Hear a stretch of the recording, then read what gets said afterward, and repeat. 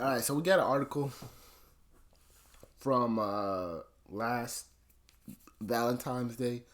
Single black women and the lies about our love lives. Yes, 62% of us aren't married. And that's not a problem that has to be fixed. See, this is kind of the losing with grace mentality black women have, to where they will at one breath, once they get that opportunity of a lifetime, that there's a guy that's interested in them, and they're just like with that video I did with Ayana Amore, who was once married to her her sweetheart. I think that they met on a game show on Netflix. We saw the TikTok videos, and they were professionally done. So she probably paid like 5,000 for those edits, and you know we don't know what fully happened. But now all of a sudden, she's doing her hot girl summer thing. She's flirting with her Asian girlfriend. And now she's just acting all tough, like, oh yeah, I don't need men. I'd rather be with a lesbian. It's something I actually thought about. And it's like it's just so funny how women can never lose with grace. It's such a rare occurrence. Like, maybe he fully moved on, but I've always just kind of funny that with black women or Western women, I feel like they always move on too fast.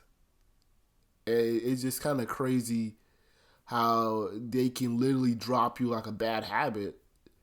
Even like it's not like it was just like someone on the talking stage and they got sprung and then she left. Like, this was marriage. Like, how do you forget someone that quick? And this is kind of like, in my opinion, this is one of the most unattractive qualities in black women, is that the fact that they don't lose with grace. They don't know humility, and they're always bragging about how they don't need you. And then when we find value elsewhere, now all of a sudden they're crying. Oh my God, you passport bro, you guys are terrible. You guys are terrible. You guys are evil people. You guys are targeting and being predators to women in third world countries, women that are significantly poorer than you with lesser education. And I'm like, well, and you, Keisha, you don't think you're dumb as rocks? You don't think you're dumb as rocks too? Shit, if it wasn't for all these programs wanting to get y'all dumbasses into college, y'all would have a fourth grade reading proficiency level just like niggas.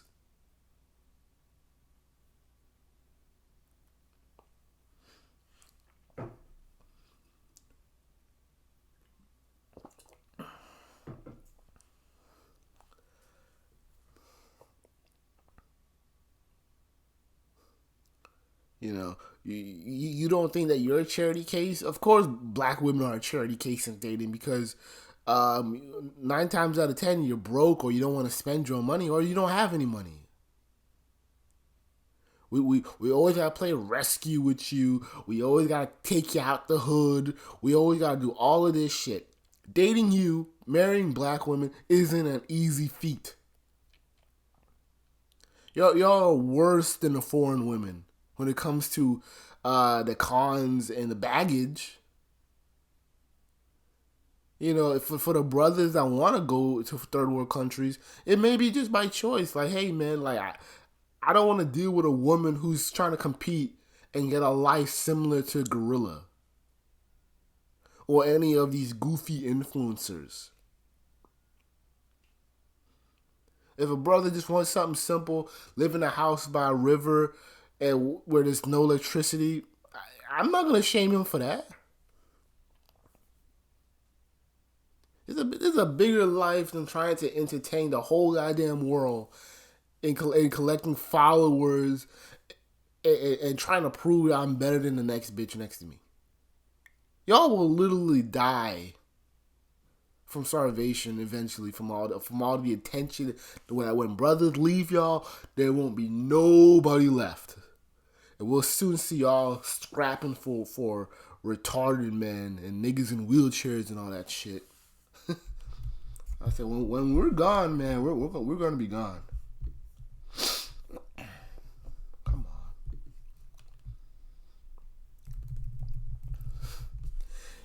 In December, in my half-lit bedroom, I watched the series finale of Insecure on my laptop. There was Molly in her designer wedding dress, husband on her arm, on the besties of the besties at the center of the show, following the lives of black women in LA. I'm more of a Molly than a Issa. My career accelerated through my 20s and 30s while my love life mostly stagnated. For the last 5 years, I felt implied by the characters' dating struggles that so often mirrored my own. Were we being elitists? Molly and I tried dating men who made less money than we did. See, that's the issue with black women, is that you guys do this shit and you guys think you're slick, because I'm not even gonna really believe you that there's no black man who's making the amount that you're making. But knowing black women's sexual logic and attraction, you know, the 6'2" urban guy with all the tats, he's not going to be working at a bank. He's not going to be the executive. He's not going to be the spokesperson for such and such company. So you guys do this little browbeating shit and try to act like you're throwing us a bone. I went back to my roots and I fucked with niggas who were working at KFC. Like, oh wow, KFC. Like, oh wow, that's such the common job for where black men are. Like, it's like, you know, I really just kind of scratch my head when I see shit like this. I dated you lower class niggas. I'm so elitist. You know, and, you know, she probably just working at a bank at Wells Fargo, and you know, she's acting like she's doing all this grandeur shit, you know, and she blessed us. She blessed the niggas that were making less than her. Like, you know, and the funny thing will be like a significantly less. Like, she could be making $50K, and she's talking to niggas who have part-time jobs and gigs. I'm like, you really think you're doing something? All right, let's carry on. Molly and I tried dating men who made less money than we did. Why? Why did you guys do that? You guys don't have to do. There's. I mean, come on, man. Have you ever heard of, like, you can probably. I mean, this can probably work for women. I don't know why women don't use LinkedIn. I get it why guys can't do it the reverse way, the other way. But I don't understand why y'all females ain't trying to use LinkedIn and trying to, like, pinpoint, like, you can literally try to find somebody with the job that you like you would think that you would believe makes good money. Like, oh, I'm looking for a software programmer. Okay, Jared Johnson. Okay, he's cute. Let me email. Let me message him about what he does. Blah blah. Okay, he replied back. Okay, let me act like I'm interested, and then I'm gonna, like, flirt with him, and hopefully he'll catch it. I'm surprised y'all females ain't doing that. Like, flirting on LinkedIn. But hey, if the best you can do is just get a nigga off of at KFC, man, more power to you. Molly and I went back and forth about only dating black men. That's the annoying. That's the annoying and frustrating thing with black women. You know, in these little fake ass corporate positions. is that they think they're doing black men a favor. Like, I only date you guys, and it's like they don't really have a reason. And so what these women would do is that they'll hide behind some kind of goofy reason of they can't relate to white people. So, it's basic. I would say, like, it's probably because they're always around white people, and that's probably the majority of people at their workspace, and so they just can't relate. They don't watch Game of Thrones or all these little shows that white people like to talk about. It's like it's hard to relate to them when it's like, oh God, I wish that somebody would talk about love and hip hop, or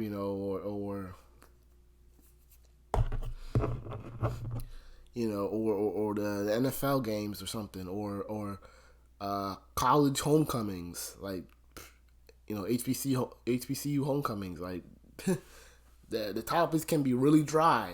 I know, but black women, they like hiding behind this, but the only reason why they only date black men is because they know that the sex is good. Black men are the only ones black women trust with their bodies and sex. Black women don't have. There's no track record of how sex is with white men. It's especially in a black woman's perspective. There's no measuring stick. There's no like white guys, they know how to hit it. You might just get a pretty face, but it's still up in the air, especially with most races, all races other than black men, Asian, Hispanic. Like, black women don't have a collective stereotype or a collective view on these men, on these other races of men. So they'll just be solely attracted to black men and act like it's a favor. And it's like, it sounds cool on paper, but in reality, once we get to like, okay, you're sending me all these "I love you, black men" videos and shit, but what are these women's actual type? And then when you look at that, it's all 6'2" and above, high top fades, muscular. I mean, I'm not even really going to shame people on muscular, but it's usually the height. It's usually the height and, the gangster aesthetic, the player aesthetic, and that's it. That's all they see. They're not going to look at the black nerd who's 5'5" and comes from a good family. He's smart, treats you right. But, black women aren't going to notice that, and they're not going to appreciate it.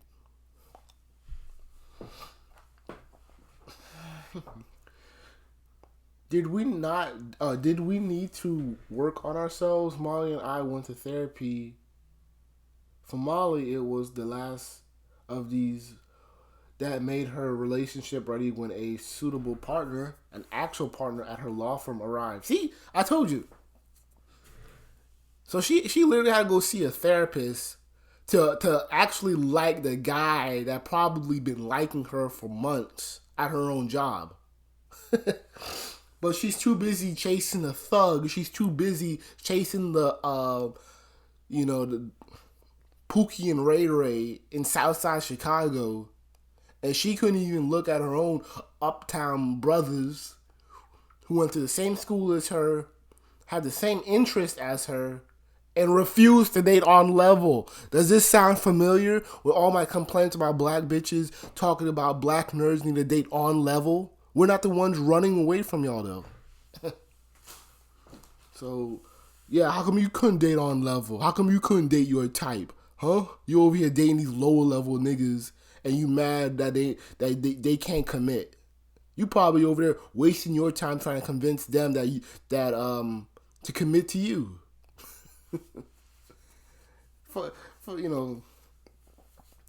Funny how this on level partnering dating works. When it comes to based off of jobs and not personal interests, like niggas collecting Pokemon cards. Funny how that works. At the end of the episode, I switch off.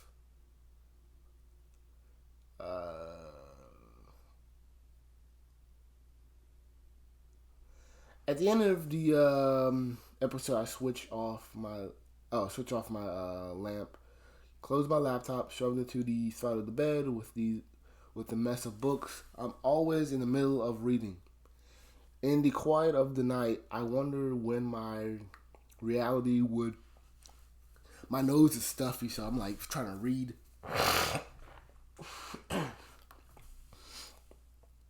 I wonder when my reality when mirror Molly's fiction. I was soon to be 37 and still single. I'm among the 62% of black women who are unpartnered.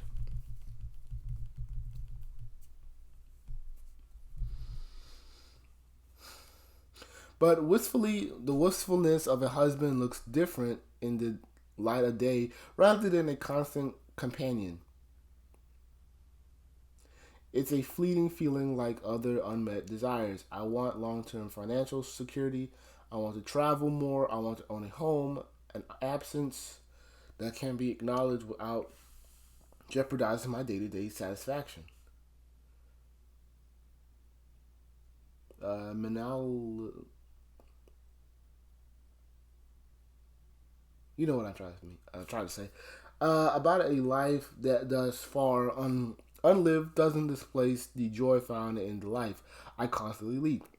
My life might not look the one American women have been taught to strive for: a husband, a house, two kids, but it is a happy one. So why do I flinch each time I see that statistic? Because because that's your guilt. That's your conscience. That's your conscience telling you all those men that you've turned down, made fun of, um, and rejected, left on red. You practically could have been married a good bit of times. Your chances, at least, probably would have improved. But you want to be selective. You want it to be the girl that has the power to reject you and all that shit. And you fell for that ego, and now you're contemplating where does a middle-aged woman fit into in being a housewife who travels. Oh gosh. Y'all waste so much time with y'all's career only to fucking want to be a housewife and travel all damn day. As a black one, I brought up undermined stereotypes to defy the odds. Statistics like 62% were barriers to overcome. The number for all American women is 32%. So y'all damn near or two times the national. Y'all suck. Yeah, I'm solidly stuck on the wrong side of that number. And finding acceptance in my singlehood almost feels like I've grown up on. Oh, I feel sick. So, finding where am I at? Finding acceptance in my singlehood almost feels like I've given up on myself, like I'm releasing my agency over my love life, or giving power to the insistent false narrative that black women are undesirable. It's not a false narrative. It's actual. See, what y'all like to do is just make it seem like black men find you guys ugly. It's the undesirability is more so on you guys not being nice and submissive. It's the fact that you guys are arrogant and hard headed. It's not solely on this concept of they will easily put a white woman in front of you just because she's white. No, it's your behavior. It's your behavior that's keeping you back. It's holding you. This is why, and I wouldn't even be surprised if black women's singleness, it probably needs to go to 80%. It needs to go higher because I want you guys to feel that goddamn pressure. I don't think you guys take the 62% seriously. I think it needs to go up to 80. Um, it's read as a problem black women. No, I missed the sense. No matter how plainly it's presented, there's nothing neutral about that stat. It's read as a problem black women must fix, or worse, black women are a problem that must be fixed. Yes, black women are a problem that needs to be fixed, and black men are not going to school you on how to be presentable, nice, and submissive. We're done. We're getting passports.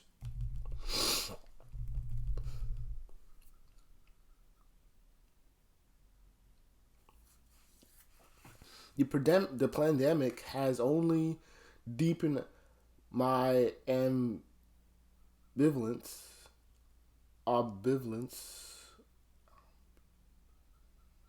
about the supposed connection between matrimony and happiness. The surge in divorces these past few years made me question what these married women I often envied learned during the months they were shut in with a spouse. Yes, the pandemic has been lonely for singles, but unlike many partnered women, I had not needed to drop out of the workforce to be the primary caregiver for children, nor had I found myself grumbling over being laden with an unfair portion of the household management. Often, when discussing singleness, there's a focus on what is lacking from a life unpartnered. Rarely do we consider what must be exchanged for a life lived with someone else. You guys aren't offering anything. So that's why nobody cares what you guys want. It's what we want, the men, because we worked hard to get where we want to, where we're at now. And you have an ultimatum: get with the program or watch us leave. And now you had us on watch us leave. So we're not going to adjust our lifestyles for you, because we already heard enough women talk. And once we heard enough women talk, and y'all were downing all these guys, oh hell no! Like, yeah, fine. We're not gonna waste our time doing busy assignments for you guys. We're leaving.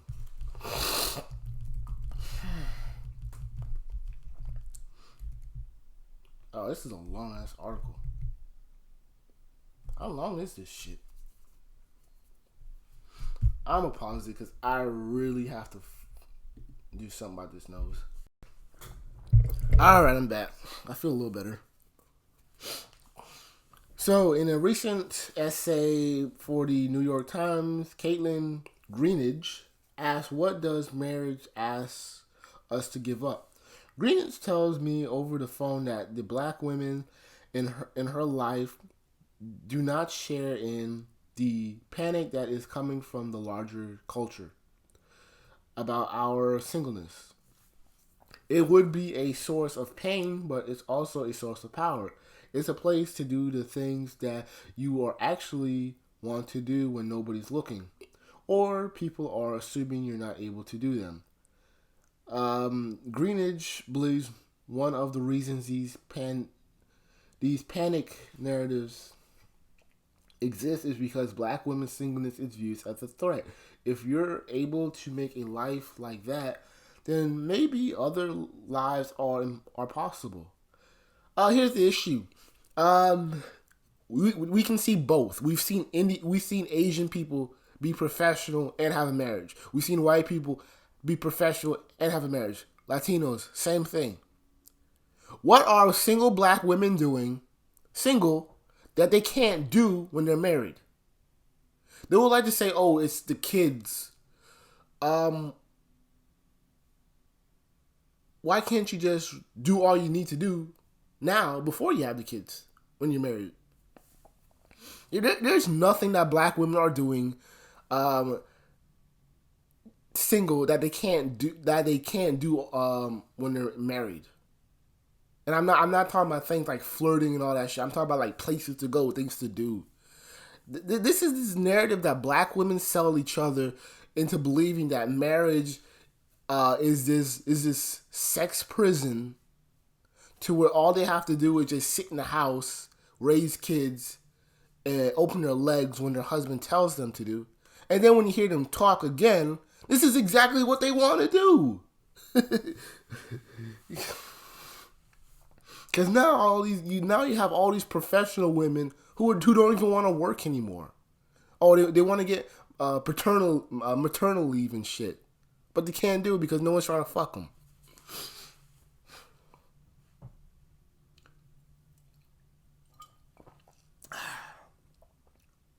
Now, where am I at? Greenidge believes okay, I already read that. Brianna Meeks learned firsthand that other lives were possible. Raised Black, Baptist, and in the South, she got married at 23. I changed my name, and that was something I was always surprised at, and something that felt wrong the entire time. It felt like a really weird identity crisis. Yeah, this is the bullshit that Black women love selling you about tradition, about all the other men. They do X, Y, and Z, and they're women submit. Got a woman here, Black woman here married, and I've actually heard this argument to where Black women don't even want to have their husband's last name. But these are the main women talking about traditionalism. And I remember in the UK, there was this talk and this movement of Black women in the UK who didn't even want to marry Black men because they didn't want to have an African last name. You know. Mm-hmm. By 25, Meeks was over her marriage. I felt like he was holding me back. Oh my God. He was holding me back. You know, meanwhile, the Indian woman who has 5 kids, married for 30 years, she will never say her husband held her back. Whatever. He wasn't fully supportive of my dreams, and it was all about him and what he was doing or what he wasn't doing and how he felt about it. And once I took my energy off him and looked at myself, it was like, oh, I'm actually the dope. Let me go do all this shit. And what's the shit? What's the shit? You know, what's the shit? Just hanging out with your friends more, taking more bad advice from your other single Black female friends. What's the shit? What? Oh, traveling. You really want to know how boring and unsatisfying it is to travel alone? This is what you want to brag about doing?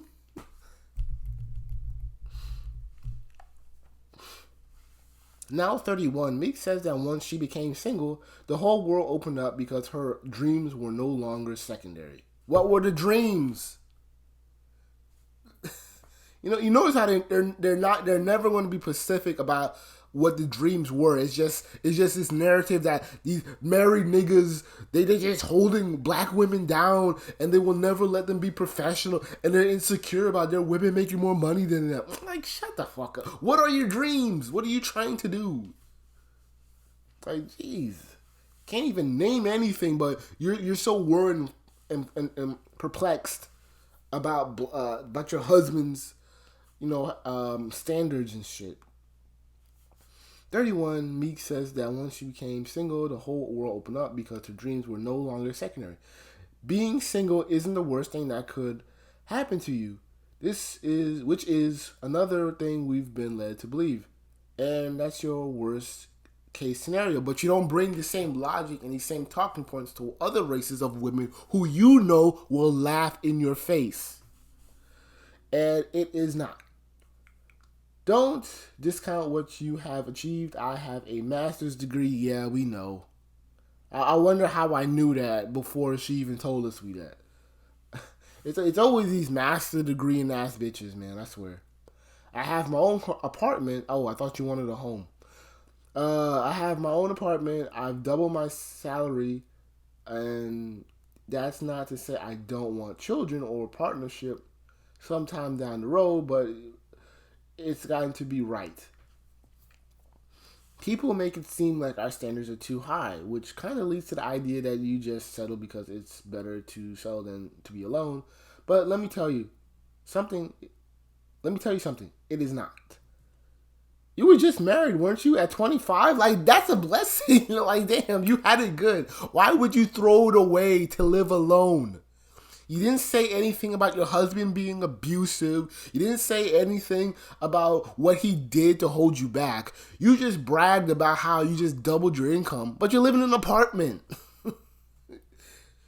Your husband probably had a house. And you really traded that and try to flex? What kind of flex is this? And then you're trying to tell yourself one day when I'm 45, I'll get married again with kids. Get the fuck out of here, man. Meeks has dated women. Oh, wow. Wow. Oh, my God. Meeks has dated women exclusively since moving to DC, which for her has been shifted the conversation about what it means to be a single black woman. It's a little bit of a relief, I would say. In the queer community, there are so many different kinds of ways to be a person. And that there are many different kinds of relationships to... So the possibilities are endless. Okay, you already know I hate lesbians and I hate bisexual women. I've always hated this fucking notion that black lesbian relationships are just Disney's. They're just fluid. Everybody can do what they want. And when they're with men, they're just so fucking evil. And they have all these standards. And fuck them. Oh, but dealing with another woman, it's so heavenly. It's awesome. What possibilities? What you guys? What are you guys doing that the man ain't doing? Fucking annoying, man. This article enraged me because, again, she's trying to flex a lesbian relationship, and then it's like, oh well, because those women, they don't charge her with a standard. And basically, it's just sex. It's basically just sex. Going out, sex, and, eventually she'll kind of get tired of this shit. This is just, she's kind of too old for this shit. Ultimately, Meeks has found confidence in knowing who she is and what she wants versus trying to follow a preconceived script that a happy life would look like as black women generally in the professional sphere and every sphere have been in. We have to just be really sure for who we are so much that it is just another aspect of life. We know how to stand firm and be like, this is who I am.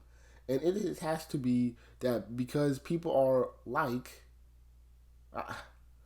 it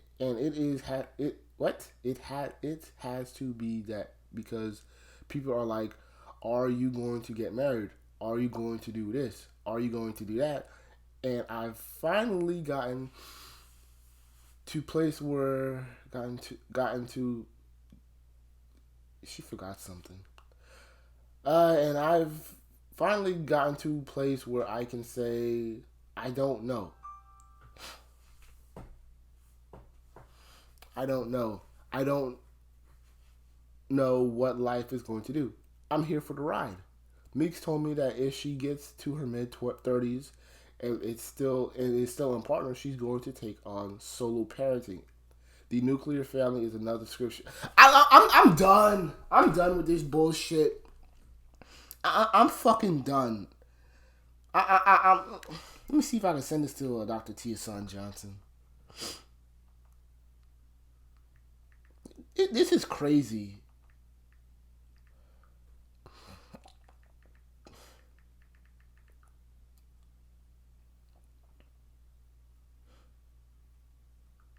This is fucking crazy, man.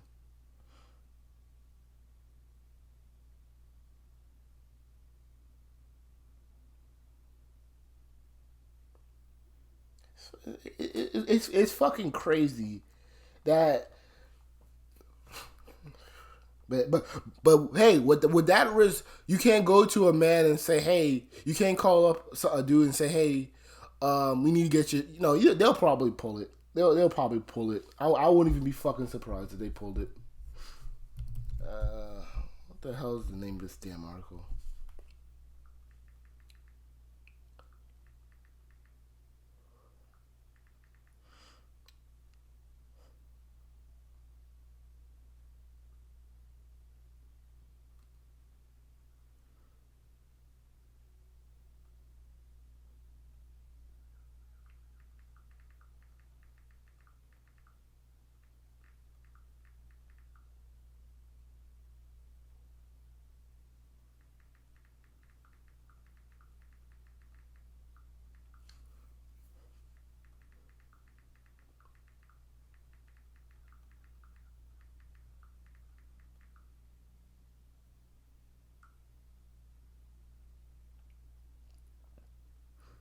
You know, what is there for the black man to do when 62% of his women think like this? They want to date other women. They want a solo parent. And you're mad that black men are angry because they don't have an identity in the fucking black community. You've been preaching for the longest in these damn talk shows about how black men don't commit. Now, when black men are seeking marriage and they're wanting to be with you and you only, black woman, now it's a problem. Now you're talking about you feeling enslaved. Now you're talking about it feels like a prison. Now you're talking about it feels like a living hell. And these dudes are being nice to you. What has the man did that made you feel like you were living in a prison in your own home? What was he holding you back from doing? And what were the repercussions for seeking your fulfillment in life? I can bet you that man did not put his hands on her. He didn't even raise his voice at her. She hated this man for no fucking reason. She probably hated him because he could do everything that she couldn't do. But this same woman can run to the arms of another woman and brag about how niggas ain't shit.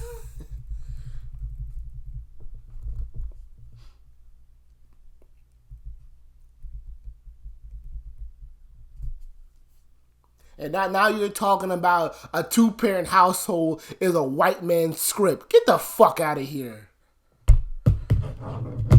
Talking about this bullshit. It's a white man's script. It's bullshit. Yeah, meanwhile, you had black men G-check Black Lives Matter for excluding black men out of their programs. You really think black men enjoy that fucking image of being deadbeats? Even though we're the most involved? Get the fuck out of here. Asha French, a postdoctoral researcher in Brown University, chose to rip up the nuclear family script when she learned she was pregnant in her early 20s. She thought about, hot girl summer. Oh, why?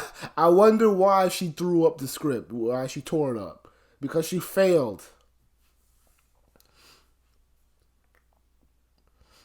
Chose to rip up the nuclear family script because nobody took her damn ass seriously. She probably didn't even take her own dumb ass seriously. Probably got pregnant by a loser, and now you talking about the 2-parent household is bullshit. Okay, princess. She thought about most of the concerns young unmarried mothers to be think about, but there was also a joy in illumination. I felt like I got lucky. She said, what it clarified for me was that what I wanted from marriage was the partnering, the parenting part. There we go. And this is the hell and the parenting spawning hell that black women are creating with this madness. Because they want to spawn more people to feel the very hell they felt. God forbid she has a son. And now this nigga's going to be lost and confused on why she's championing lesbianism, single parenthood, and, he's like, I'm confused. I'm a black boy who loves black women, but black women want nothing to do with me. Where should I go? Why am I the bad guy for wanting something as simple as love and appreciation? And you're mad that I can go get that love and appreciation from a different race of women and in a different country. You're mad about that. You keep doing this bullshit, man. Keep doing this bullshit. She thought about most. She thought about most of the concerns young. Yeah, I already read that. Often, when you add mother to single black women, not to mention queer, our society leaves joy out of the discussion because you guys are in poverty. You guys cannot raise you guys do not raise these kids by yourself with your own goddamn income that you guys love bragging about. Because most of you bitches are in Section 8. Most of you bitches are dead broke. Most of you bitches live off of a nigga's child support. So I'm not trying to hear all this bullshit about how come you guys ain't saying single motherism is fun? How come you guys aren't saying that this is something that we chose to do? You guys really think we need fathers? Fuck no. Yeah, okay. Keep playing around. Often when yeah, we read that already. Mm-hmm. This is the part of my identity French said, I love this work. I love the work that is mothering. Yeah, but those kids will get boring, especially your sons. You will get real tired of them by the time they're like, I'll probably say 12, 8, between 8 and 12. Once they get in middle school, oh, it's a wrap. You know, you won't be flashing those his report cards by 12. That's when you give up on them and shit.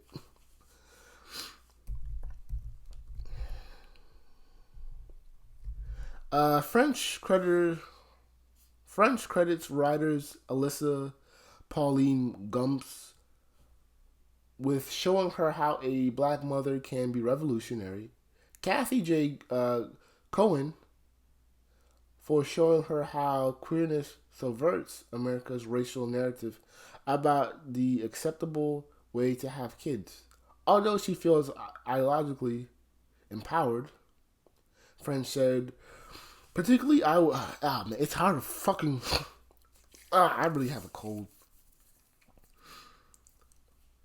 Practically, I would really like another person to take out the trash and help me bring stuff up. But that's what your little slave minions are, your kids. I mean, having to relocate for her academic career, French finds that what's missing from her life isn't necessarily a partner, but a community. That's not basically men. That's really kind of what they're asking for. Just like with the whole savior community black man bullshit. Yeah, this is where it falls short because I'm not going to waste my time with women who will intellectually rationalize why they don't need me as a partner, but then brag about how being a lesbian is the bee's knees. I'm not working with women like that. I only think about marriage as something that could save me from my situation because I don't have girlfriends, and I think if I had friends, they were community. I think I would date. I could. I think I would. No, I think I could date with a whole lot of less weight. French nears 40. She's found the weight of the statistics is always there, like the beauty weight loss industry that are fueled by keeping women insecure. French points out it's more lucrative to tell the story that we're not unmarriable for things we can fix by buying stuff. But she sees beyond the marketing when she looks at the women in her family. Black women's choices have expanded from generation to generation, and to those additional choices have changed the imperative for partnership. All the things that I can do on my own, my great grandmother couldn't do on her own because of legal reasons. I can make my own money. I can get a PhD. I can buy a house. It doesn't mean I want to be independent forever. Everybody wants to belong to some sort of relationship. And this so yeah, this is the narrative that black women act like they can't get all these things with a husband.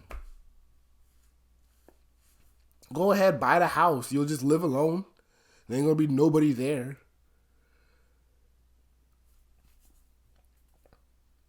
And I'm actually surprised black women really have no problem with this shit. And educated black women are shunned and surprised that nobody wants to deal with them. I'm not gonna deal with a woman who can rationalize some bullshit in her head that I'm a weak man because I want her to do X, Y, and Z. It's something wrong with my masculinity before wanting marriage. You guys suck. I don't care what textbooks you guys make. I don't care what research y'all like to conjure up and skew. You guys are losing. And you guys don't even lose with grace. You guys lose in the most goofiest fashion trying to rationalize bullshit. Are you really gonna talk to me and go can you really take that narrative and say that solo parenting is where it's at, and you got all these damn broken up families, broken up communities that look like complete shit, and you're gonna tell me that single solo parenting is where it's at? Because I always notice how you don't have nowhere to put these boys during the summer. You seen all these little boys on the intersection trying to sell water, a bottle of water for $5. What the fuck I'm going to do with a regular sized bottle of water and you're going to charge me $5 and I'm in my damn car? I'm the one with the car. You don't even have a car.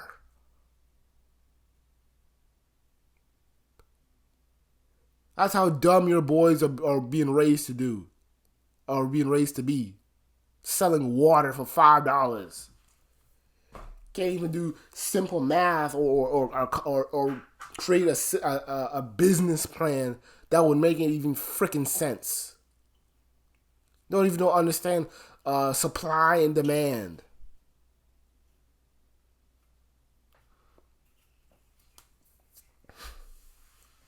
You really gonna try to pull that shit, man? Really?